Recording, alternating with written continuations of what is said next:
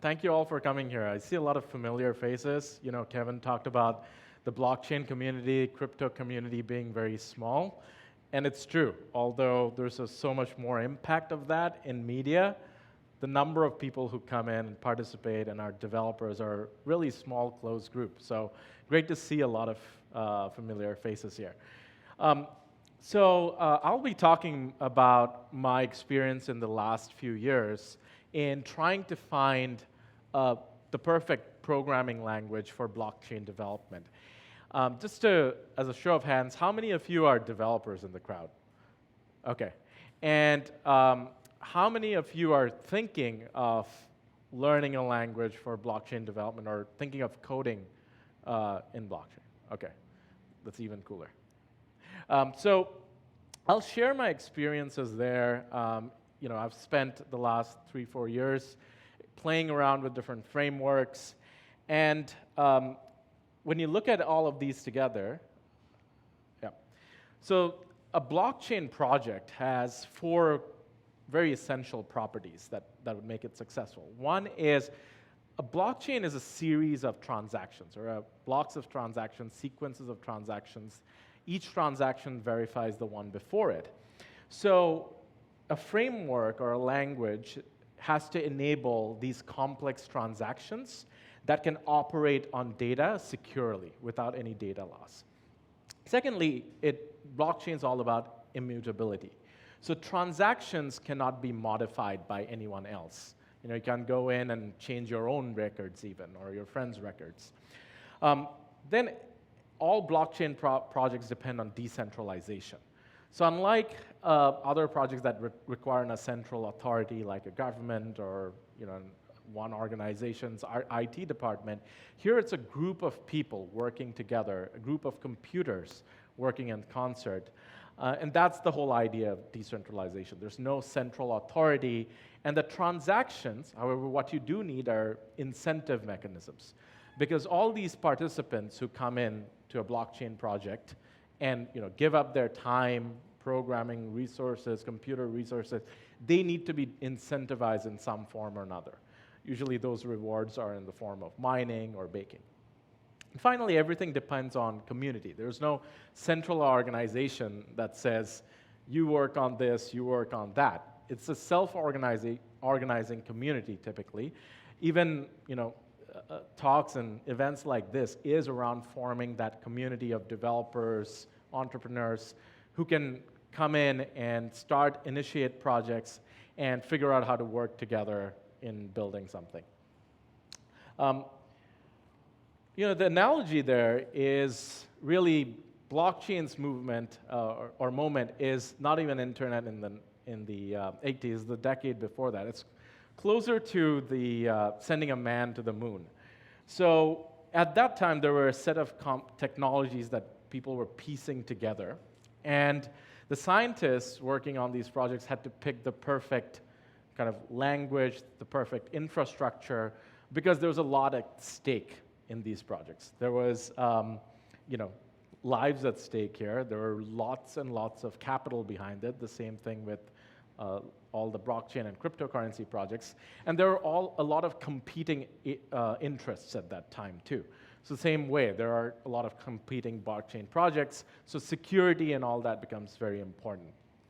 So, for those of you who've played around with some programming, this is an example I'd use. So everyone who started off with programming tries to build something like this, a simple game where you move a cursor around and you try to get as many scores by hitting as many bricks as you can.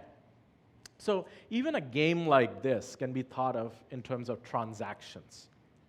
Games are transactions as well. So here the transaction is you have a player, ABC 1, 2, 3, and they take an action. So they press left, and there's an outcome. The cursor should move left. Same thing, they press right, the cursor should move right. So that's a simple transaction that enables a game. Let's make it more complicated. There could be a multiplayer game, so now you have a server where people are keeping these scores and seeing who's the highest performer and so on. So again, you have a set of players, and all their scores are recorded somewhere. Could be in the cloud, could be in a centralized server somewhere. Now, what makes blockchain programming really difficult, and there are developers everywhere, but the common adage is true. It's really hard to find good blockchain developers.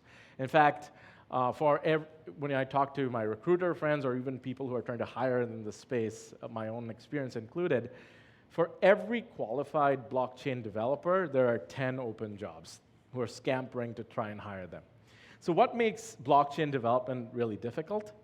Imagine you had that same transaction spreadsheet that needs to be updated, but now it's shared and it's public. So that set of scores, anyone can go in and peer into that. So that's a public record. It's a ledger of transactions that cannot be changed. So you can't go and change your own score or change your friend's score. That should be impossible because those scores could actually be large amounts of money. Anyone can inspect those transactions if they want. And there's no single entity that controls those transactions. So that spreadsheet of scores, that's shared amongst multiple computers. So one of the advantages of that is once it's shared amongst multiple computers, or aka decentralized, then there's no one point of failure. You can't just hack into one computer, right? You have to hack into multiple ones. If one goes down, you still have a lot of others to keep the spreadsheet up. So that's what makes blockchain programming really complicated, because you have to have all these programs have to have these features. They have to be safe, they can't be hacked into, they have to be decentralized, they can work across lots and lots of computers. Anyone can inspect it, so you are putting your code out there for the public, but you have to be very damn confident that no one can come and break into what you've written. So, with all of those in mind, when I started looking at the perfect programming language for blockchain development, I mean, at the end of the day, all programs kind of compile into bytecode. But the question is, which programs do you trust to write something in? So if you are backing some sort of project, it becomes very critical what it was written in, right? You want it to have certain properties. So for transaction records, there's a new paradigm called functional programming language, where what is a transaction? A transaction is a function that operates on a piece of data, transforms it from one thing to another. And then object-oriented functions or object-oriented programmings allow you to work on richer sets of data. Then immutability can be enforced really well through formal verification. So what formal verification means is when you're writing a piece of code, when you're writing software, the compiler needs to catch any errors as quickly as possible, as early as possible. So before you've deployed it into the world, it needs to catch that before it goes out. So the compiler catches the error. And you can imagine if you discover errors later, you have all these transactions, everything builds on top of each other, how much of a disaster that turns out to be. It's really hard to go back and change things with blockchain. And then decentralization. So you want the footing of this program to be very small, so it can run across hundreds of thousands of computers of all types. And you don't want it to jam the network. It should be memory efficient and so on. And finally, the community is very important, because we're relying on the community to write these pieces of code because it's a shared effort. So it has to be built on ease of acquisition, but ease of acquisition has to be traded off against other things, right? So just because it's easy to write in, say, a language doesn't mean you're producing the best quality stuff. So there's a trade-off between the two. So if it's hard to acquire, then it has to be accompanied with education behind it. So that's the reason I got into OCaml or Tezos, and that's what I'll talk about, is because it's building on a very solid language called OCaml, which has a lot of these properties. And that's why it drew me into Tezos, because working on OCaml means you're able to write better quality code. That's very important for blockchain infrastructure projects, because developers are going to be building applications on top of it, so you want the underlying infrastructure to be very solid, because everything else is on top could crumble pretty easily. Bitcoin, this is a snippet of code for a lot of you. This is what Bitcoin really looks like under the hood. It was written in C++. You know, that, if you zoom in, that was like copyright Satoshi Nakamoto. So Bitcoin was written in C++. This is on the pieces of code, one of the central ones that creates the Merkle tree. And C++, one of the advantages was it compiles to something very lightweight, so that's one of the ways that Bitcoin could scale up very rapidly. But for a lot of developers who have worked with C++, you know that there are a lot of attendant issues, like errors could be completely meaningless. There could be memory dumps, and it takes forever to decipher what really went on. Imagine you're working with a group of developers across the world, and you come across an error that you can't really diagnose. That stalls the whole project completely. Then Ethereum had to build its own high-level language. It had to build its own very specific purpose language called Solidity to enable smart contracts on the Ethereum virtual machine.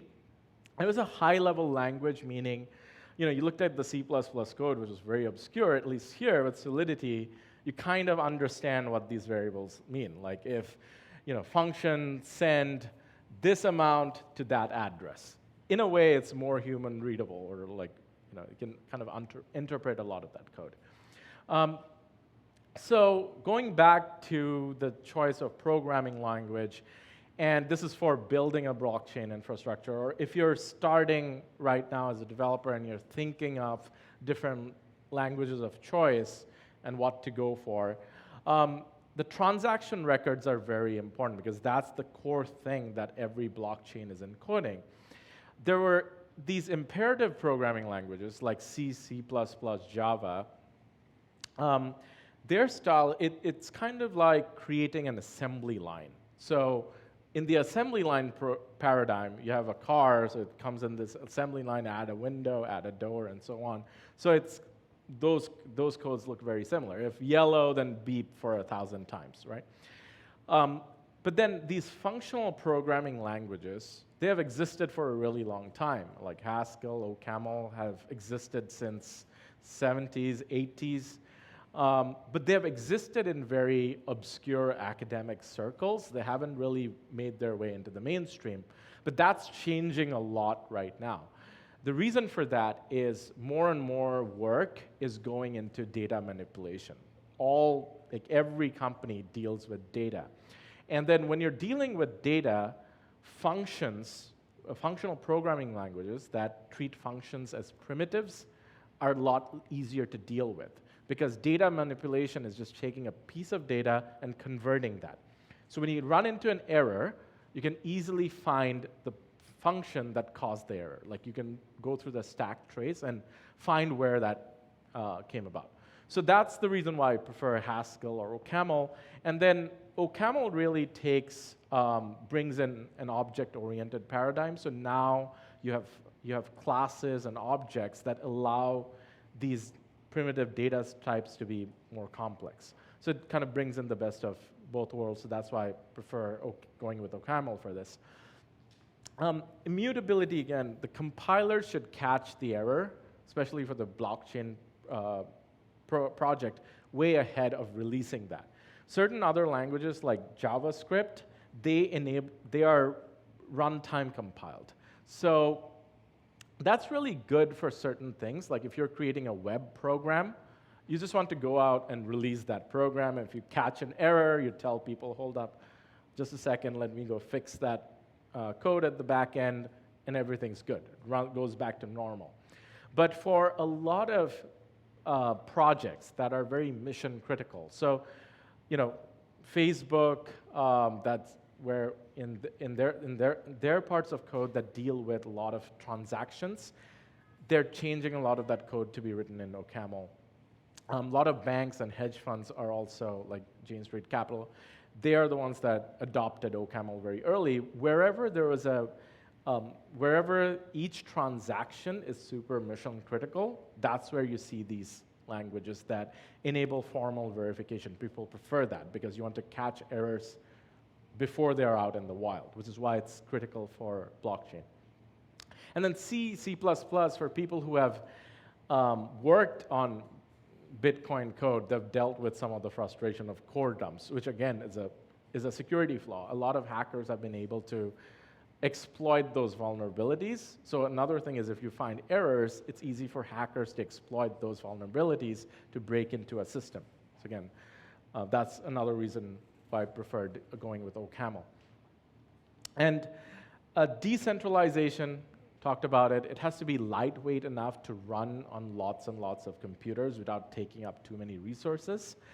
But finally, it all boils down to the community. So, JavaScript, Python, Java, they're in the top 10 programming languages if you look at GitHub.